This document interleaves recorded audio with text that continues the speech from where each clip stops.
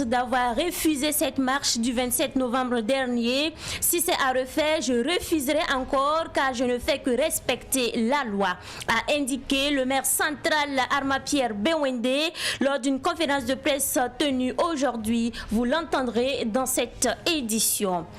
Mamadou Drabo, secrétaire exécutif du mouvement Sauvons le Burkina, a convoqué une conférence de presse pour dresser le bilan de la marche du 27 novembre dernier. Mais juste après la conférence de presse, il a été interpellé par la direction de la sûreté de l'État. Les précisions, c'est dans quelques instants.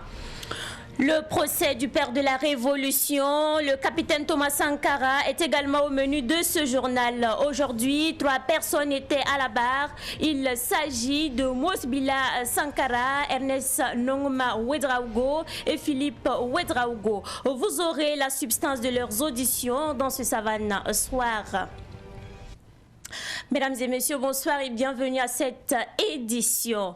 La conférence internationale des partenaires pour le financement du plan national de développement économique et social PNDS 2 2021-2025 qui devait se tenir les 2 et 3 décembre prochains à Bruxelles en Belgique est reportée. À travers un communiqué, le gouvernement a remercié l'ensemble des partenaires techniques et financiers pour leur engagement soutenu dans la mise en œuvre du PNDS 2. Ce report s'explique par l'apparition d'un nouveau variant du Covid-19 en Europe. La marche du 27 novembre dernier a été une course-poursuite entre les manifestants et les forces de défense qui ont même fait usage de gaz lacrymogène. Certains manifestants sont sortis brûler les pneus sur quelques artères du centre-ville. Retour sur cette marche avec notre reporter Siblina Kelsi. Le centre-ville de Ouagadougou en ébullition. Des manifestants engagés aux forces de l'ordre se regardent en chien de faïence autour de 9 heures. Au départ, les manifestants étaient sur la grande voie entre la BCAO et la place de la Nation. Ne pouvant pas accéder à l'intérieur de la place de la Nation sous le regard des forces de l'ordre et de sécurité, les manifestants ont commencé à proférer des injures au FDS. C'est en ce moment que les forces de l'ordre ont utilisé le gaz lacrymogène pour les disperser. Ces manifestants très engagés et voulant se faire entendre se retrouvent dans les quartiers autour de la place de la Nation, de la BCAO et de la mairie centrale pour brûler des pneus et barricader les artères. C'est là que les échauffourées entre les manifestants et les forces de l'ordre s'intensifient. Les manifestants disent exprimer leur ras-le-bol contre la situation sécuritaire au Burkina Faso. Quelques-uns, remontés contre les forces de l'ordre, ont commencé à jeter des pierres sur elles. Certains manifestants demandent l'envoi des officiers sur le terrain de combat. Personne ne nous a pas motivés. Ce que nous on voit, et on va sur les réseaux sociaux là, on tue nos frères, on tue les militaires dans le front. C'est ça qui nous a motivés. Nous on n'est pas d'accord. On est sortis puisqu'on arrête de mettre les gens dans les bureaux au front. Les hommes du terrain, on doit les grader sur le terrain. Non, ne le tuez pas. Allez, voilà. Les grader, on doit les nommer sur le terrain. C'est ce que nous on veut. Nous on veut qu'on grade les gens sur le terrain. Les grader dans le bureau, nous on n'est pas d'accord. On veut qu'on libère Guinguiri. La France, on n'est pas d'accord. Voilà. Sinon on n'est pas sorti pour le président ni rien. C'est ce qu'on est. Voilà. Voilà, ce que moi je veux, voilà, il y aura toutes les solutions pour la paix dans le pays. C'est ce que nous souhaitons. Genre, ou soit, alors qu'on va descendre, on va envoyer un changement, ou bien peut-être on va refouler la France, voilà, la France va quitter le pays, voilà, ou bien, voilà, il y aura toutes les solutions pour envoyer la paix dans le pays. C'est ce que moi je souhaite. Merci. Voilà, parce qu'il y a un mec cadeau, ça nous fait mal. C'est combien de Français qui sont morts dans le pays là? C'est combien de Français? Pour les manifestants, il faut que l'armée française quitte le Burkina Faso. C'est terre du sauve qui peut. Mes frères sont en train de mourir. Mes soeurs sont en train de mourir au front. Aujourd'hui, nous, Burkinabés, on a décidé. Mais après le passage des forces de l'ordre, les jeunes reviennent sur leur pas. Ce n'était pas seulement au centre-ville que tout s'est passé. À Nonsin, des manifestants ont tenté d'incendier le siège de campagne du MPP, le parti au pouvoir. Ces derniers n'ont pas pu atteindre leur but. Ils ont été contrés par des jeunes du quartier. Après leur passage, les jeunes du MPP alertés sont venus sur place pour veiller à ce que ces manifestants ne reviennent plus. On a reçu la mauvaise nouvelle que le siège a été attaqué. Voilà pourquoi nous sommes venus défendre le siège. Malheureusement, ceux qui ont attaqué le siège sont partis. On aimerait qu'ils soient là pour qu'on puisse voir. On ne veut pas en tout cas l'affrontement, mais si on était là, en tout cas, ce qui est arrivé n'allait pas arriver. Voilà, c'est dommage que cela ait arrivé. Non, c'est des pneus qu'ils ont ramassés venus tirer ici. Et on ne les a pas laissés, nous on a résisté. Les gens cherchaient, ils sont là. C'est les jeunes qui parleraient avec un véhicule, avec des bidons d'essence. La jeunesse a résisté ici. Nous on a dit, pas de question, personne ne peut venir. De l'autre côté, au centre-ville, les manifestants ont pris en partie la mairie centrale et ses services autour. Le service d'état civil a été totalement saccagé. Mamadi Kabré, président du PRIT Lanaya, regrette. Moi, j'ai arrêté de manifester avec eux aux environs de 11h30 lorsqu'ils ont commencé à saccager l'état civil de la mairie de la République. Parce qu'il y a beaucoup qui ont leur acte administratif là-bas et c'est d'une utilité pour les uns et les autres, pour leurs concours ou bien pour tous d'autres documents.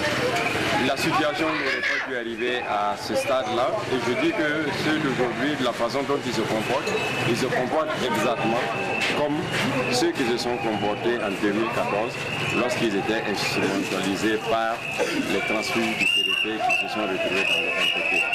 Et on aurait pu éviter cela si toutefois on n'avait pas empêché la marche. Et à pareil moment, il est déjà midi.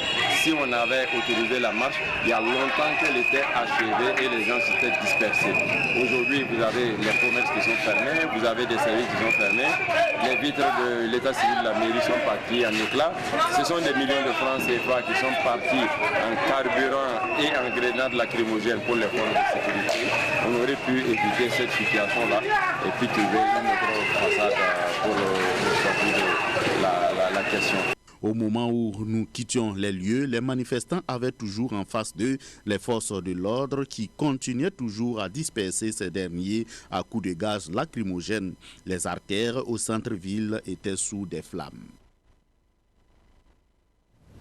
Cette fois-ci, nous nous rendons à Bobo-Dioulasso, la deuxième ville économique du Burkina, dans la région des Hauts-Bassins. Plusieurs manifestants sont également sortis pour protester contre la mauvaise gestion de la crise sécuritaire. Raymond Salif Zida de Savane Média Ouest nous en dit plus.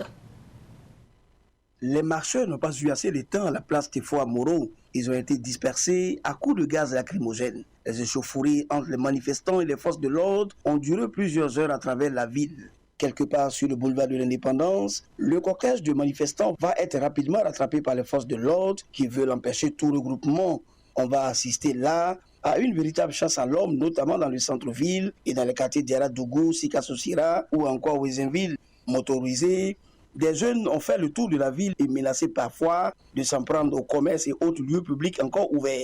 On a même frôlé le pire sur le boulevard de l'Union européenne vers la sortie en direction de Ouagadougou. Une intervention de riverains a évité le pillage d'une boutique qui ravitaillait toujours les commerçants. Pour les organisations qui ont appelé à cette journée de protestation, la répression de la marche pacifique est un recul de la liberté d'expression et de manifestation. On n'a pas demandé à les gens de marcher pour casser. On n'était pas là pour faire de la violence. On était là, marcher pacifiquement pour demander vraiment de l'amélioration pour la survie même de nos FDS qui sont au front, qui nous surveillent jour et nuit. Si vous voyez que vous et moi, on arrive à dormir, on va à nos occupations, chacun travaille. C'est parce qu'on sait que derrière nous, il y a des gens qui sont là pour nous protéger. Et je ne peux pas comprendre pourquoi ils vont envoyer ces personnes au front sans nourriture ni rien. Et ils vont les tuer.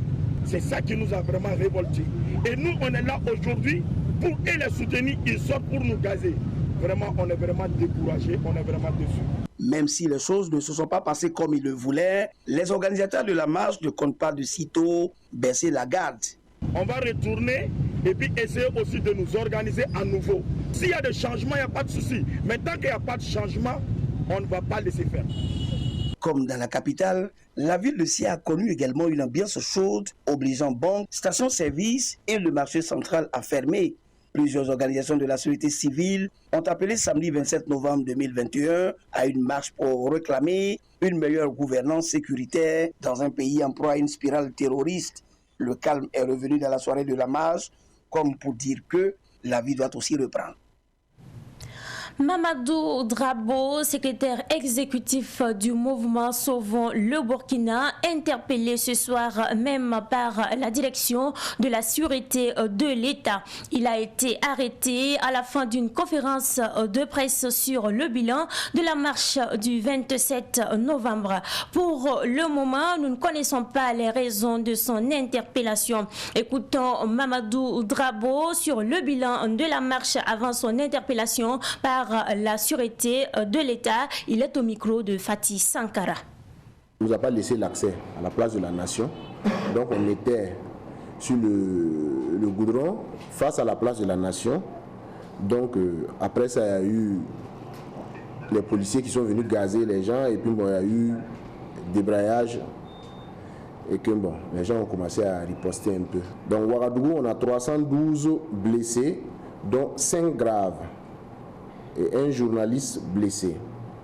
Bobo Gulasso, on a 11 blessés, dont un grave. Koudougou, pas de blessés. Banfora, pas de blessés. Waïguia, pas de blessés. Dori, pas de blessés. Kaya, pas de blessés. Bilan dû aux dégâts matériels et de mise à sac de certains services, dont un service de la mairie. Donc il y a le siège du MPP aussi qui a été vandalisé et des panneaux de stop et des dégradations au niveau de la voirie. Donc c'est l'ensemble de ce qu'on a pu voir avec ce jour-là. Nous pensons que la presse était là. C'est parce que la police est venue lancer les gaz lacrymogènes. C'est dû à ça qu'il y a eu le débrayage. Sinon, on est sorti le 16. On est sorti le 16 manifester sans la police, sans le quadrillage de la police, mais les gens ont manifesté et ils sont rentrés. Il n'y a même pas eu de dégâts. Dans les autres villes aussi, à Dori, les gens ont manifesté. Il n'y avait pas la police ni la gendarmerie. Ils n'ont pas été réprimandés, mais il n'y a pas eu de dégâts. À Ouagadougou, c'est parce que la police est venue nous gazer. On était en pourparlers avec les gendarmes. Et la police est venue directement nous gazer. Voilà. Et gazer les gendarmes. Voilà, et gazer même les gendarmes en plus même. Donc c'est ce qui a énervé d'autres personnes et que bon, il y a eu les dégâts. Toujours manifestation du 27 novembre 2021, le maire central Armapierre Bewende, lors d'une conférence de presse tenue cet après-midi, a affirmé que les organisations qui ont appelé à sortir sans prendre les dispositions sont tenues pour responsables. Les commanditaires seront poursuivis, a-t-il déclaré. Écoutons Armapierre Bewende, maire de Ouagadougou. Il est au micro de Pakisba Mariam Ouetraouko. Avoir des revendications, oui, c'est notre droit à tous, mais cela doit se faire dans les règles de droit. Détruire et saccager, nous disons tous non. Chacun doit être conscient de sa responsabilité et des conséquences des actes posés sur le bien de toute la collectivité. S'en prendre à l'hôtel de ville, puis au bâtiment de l'état civil, saccager et détruire la quasi-totalité des archives n'est pas la bonne réponse dans la lutte contre le terrorisme. Les actes de destruction perpétrés au niveau de la mairie de Ouagadougou sont simplement inacceptables et ce vandalisme finalement vient beaucoup plus nuire à nous-mêmes car ce sont les papiers d'état civil de nombreuses familles d'identité qui sont détruits. Mais en tout cas, plusieurs d'entre eux ont été identifiés et surtout ceux qui ont saccagé l'état civil ont été clairement filmés. Leurs visages sont visibles, mais ils seront poursuivis comme la loi le prévoit, devant les institutions qui sont en charge de cela. Donc pour cela également, il faut être rassuré que ces actes ne vont pas rester impunis. Pourquoi l'armée burkinabé n'arrive-t-elle pas à contenir le terrorisme? Ne dispose-t-elle pas de matériel adéquat pour la lutte? Et qui attaque réellement le pays? Ce sont entre autres des préoccupations des élus nationaux auxquelles les ministres de la Sécurité et celui de la Défense ont répondu au cours de leur audition à l'Assemblée nationale. Suivons le reportage de Fatih Sankara et Germaine Farama. Comme il fallait s'y attendre, la question de l'équipement des FDS a été l'une des préoccupations majeures des députés. L'armée burkinabé est-elle suffisamment équipée? En ce qui concerne l'armement, il faut savoir que l'armement utilisé par les groupes armés terroristes, c'est peut-être une impression que les gens, parfois aussi c'est une campagne campagne d'intoxication qui fait croire qu'ils ont des armes sophistiquées plus que celles qu'utilisent les FDS. Non.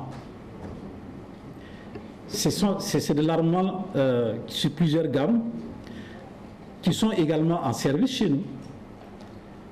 Mais les FDS ont des gammes d'armement du plus simple, donc le fusil ou le pistolet automatique, jusqu'à des armes de très très grande capacité. Et donc nous avons des gammes d'armement qui sont de très haut niveau, mais qu'on utilise selon donc les missions et dans des contextes précis. Donc c'est cela. Mais comme on le dit, parfois effectivement, donc, il arrive que lorsqu'il y a une concentration de force, effectivement, ça peut délivrer une puissance de feu, laissant croire que c'est des armes qui sont plus puissantes, mais c'est simplement un effet donc, de concentration de force. Le ravitaillement des FDS, de même que leurs primes, ont aussi été régulièrement soulevés. À ce niveau, Barthélemy Saint-Paulé reconnaît les failles, mais rassure qu'elles seront corrigées. Les difficultés que rencontrent les VDP n'ont pas été occultées. Nous avons fait une évaluation des VDP, donc pour voir un peu comment ça fonctionne ici et là. C'est vrai qu'il y a des problèmes qui sont posés, de nombreux problèmes. Et donc nous sommes dans la révision donc, de leur cadre d'emploi, voir quel est leur meilleur ancrage vis-à-vis donc des FDS. Vous avez proposé par exemple de créer une structure nationale, etc. Donc la réflexion c'est de voir comment est-ce qu'effectivement on peut mieux les organiser, mieux les encadrer, parce que leur action doit être encadrée. Mieux les encadrer, mieux les former et mieux les prendre en charge. Donc cela est en cours. Les députés ont aussi remis en cause certaines coopérations avec des pays amis. Sur ce point, Barthélemy Saint-Paulé a annoncé qu'une dizaine de partenaires sont prêts à aider le Burkina. La cohésion interne des forces de défense et de sécurité mise à rude épreuve. Il n'y a pas d'entente entre les différents corps des FDS, ce qui serait à l'origine de la complexité de la lutte antiterroriste, selon le ministre de la Défense Barthélemy Saint-Paulé et son homologue de la sécurité Maxime Koné, qui était face aux députés. Nous restons avec vous, Fatih Sankara et Germaine Farama. De cette audition des ministres de la Défense et de la Sécurité, plusieurs faiblesses liées à la gestion des FDS ont été exposées. L'absence d'une cohésion au sein des corps est en majeure partie à l'origine de la non-maîtrise de la situation sécuritaire, selon le ministre de la Défense, Barthélemy Saint-Paulé. En ce qui concerne la cohésion interne des forces armées nationales, il faut noter qu'en dépit des efforts faits par le commandement militaire pour la renforcer, celle-ci a bien souvent été malmenée par les contingences de la vie politique nationale et la vie interne des armées. À l'heure actuelle, la cohésion interne des armées nécessite un renforcement continuel. La plus importante des choses, c'est la cohésion interne. de faire en sorte qu'il y ait un bloc entre le soldat, l'officier, en passant par l'intermédiaire que sont les sous-officiers. Ce bloc fait partie d'une de nos priorités. Renforcer ce bloc pour avoir une armée beaucoup plus soudée. Mais il faut donc travailler à faire en sorte que l'armée soit moins exposée aux influences extérieures. Malheureusement, dans notre pays, nous sommes dans un contexte où l'extérieur veut influencer l'intérieur. Et ça, ce n'est pas pour aider le moral. Donc, nous demandons à l'ensemble de notre nation de travailler au contraire à renforcer la cohésion plutôt qu'à diviser. Le terrorisme est un problème de société et nous ne cessons de le dire. Il faut que notre nation comprenne cela. Un des problèmes majeurs qui handicape les FDS dans la lutte contre les forces du mal, c'est la complicité locale. Des Burkinabés attaquent leurs frères burkinabés. Il y a des complicités dans nos sociétés, des complicités sur le terrain. Mais ces complicités, je pense que si les gouverneurs, avec les forces vives locales, réfléchissent, ils peuvent trouver les moyens donc de pouvoir faire en sorte de réduire les complicités locales. Les FDS sont confrontés à cette problématique. Aujourd'hui, lorsqu'elles se déplacent, tout de suite, on sent qu'il y a l'information qui passe. Même lorsqu'un hélico décolle de Ouagadougou, ils sont au courant. Ils utilisent des relais locaux, mais ce sont nos populations, ces relais. Donc il faut qu'on s'organise. Les armes ne sont pas le seul moyen pour éradiquer le terrorisme. La collaboration des populations est beaucoup attendue. Les FDS attendent de nos populations qu'elles s'engagent sur ces registres-là. Les registres donc de comment constituer un bloc communautaire qui prend en charge sa propre sécurité. Si on arrive à réduire la complicité locale, je vous dis, l'action des FDS sera d'autant plus efficace. Mais si nous continuons à nous faire la bagarre entre nous, ce sont des portes ouvertes pour le terrorisme, il va avancer. Comme les balles des FDS tuent le terrorisme, mais pas le terrorisme, un centre de déradicalisation est en gestation. Dans ce cadre, il y a effectivement des actions de créer un centre de déradicalisation, démobilisation qui va être mis en place. Il y a déjà un dossier qui est dessus, qui va qui va être développé et permettra donc de lancer des appels. Nous avons des signaux qui nous viennent, des gens qui veulent déposer. Voilà. Donc il faut qu'il y ait une opportunité pour eux, effectivement, de s'extraire de ces groupes et de pouvoir bénéficier d'opportunités de réinsertion sociale selon donc des modalités qui seront définies par donc le cadre juridique ou le cadre politique et administratif. Les ministres de la Défense et de la Sécurité ont lancé un appel à la mobilisation générale pour combattre le terrorisme. Dans l'actualité de ce 29 novembre, le président du Faso, Roch-Marc Christian Kaboré, lors de son discours à la nation dans la nuit du 25 au 26 novembre dernier, a indiqué que désormais les chefs militaires iront au front. Pour certains citoyens que nous avons rencontrés, il s'agit d'une bonne initiative. Cependant, ils attendent sa concrétisation. Pour d'autres, par contre, il faut une synergie d'action, voire même une entente entre les forces de défense et de sécurité et la population. Il s'exprime au micro de Micheline Zongo. C'est un discours qui est venu à point nommé, mais je trouve que c'est un peu tard. C'est un peu tard d'abord le discours. C'est des choses qui devaient être faites depuis longtemps. C'est vrai qu'il a eu le courage, il a eu la détermination, il a eu la bravoure à le faire, mais moi je trouve que c'est un peu tard. Maintenant si je dois parler du discours, je vais dire que bon, c'est bien d'envoyer les FDS comme il a dit, mais je trouve que d'abord l'idéal c'est d'abord de rencontrer d'abord les FDS tout entiers et parler avec eux et si possible tenir une rencontre, si on va l'appeler à huis clos avec eux, afin de définir les problèmes auxquels ils sont confrontés généralement. Parce que moi je trouve que et même si on prend cette disposition, mais si on prend cette disposition-là, ça ne va pas résoudre complètement le problème. Non. Il faudra tenir un discours à fond nommé avec les FDS afin de définir les problèmes. Vraiment, j'ai été content de ce qu'il a dit. Et je veux aussi, de ce qu'il a dit, qu'il puisse l'appliquer. Parce qu'il nous a promis beaucoup de choses qu'il n'a pas fait. Mais ça, on espère que non. Compte tenu des problèmes qui sont venus de gauche à droite, on pense que non, il va essayer d'appliquer. Mais s'il n'applique pas, on n'est pas content avec lui. Mais s'il applique, le peuple burkinabé est avec lui.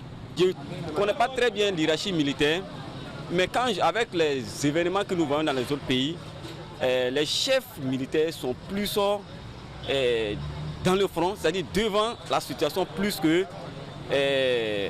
être dans un bureau. S'il a décidé ainsi d'emmener les chefs militaires au front, je pense même qu'il a réfléchi, la décision a été mûrie et je trouve que c'est très bon.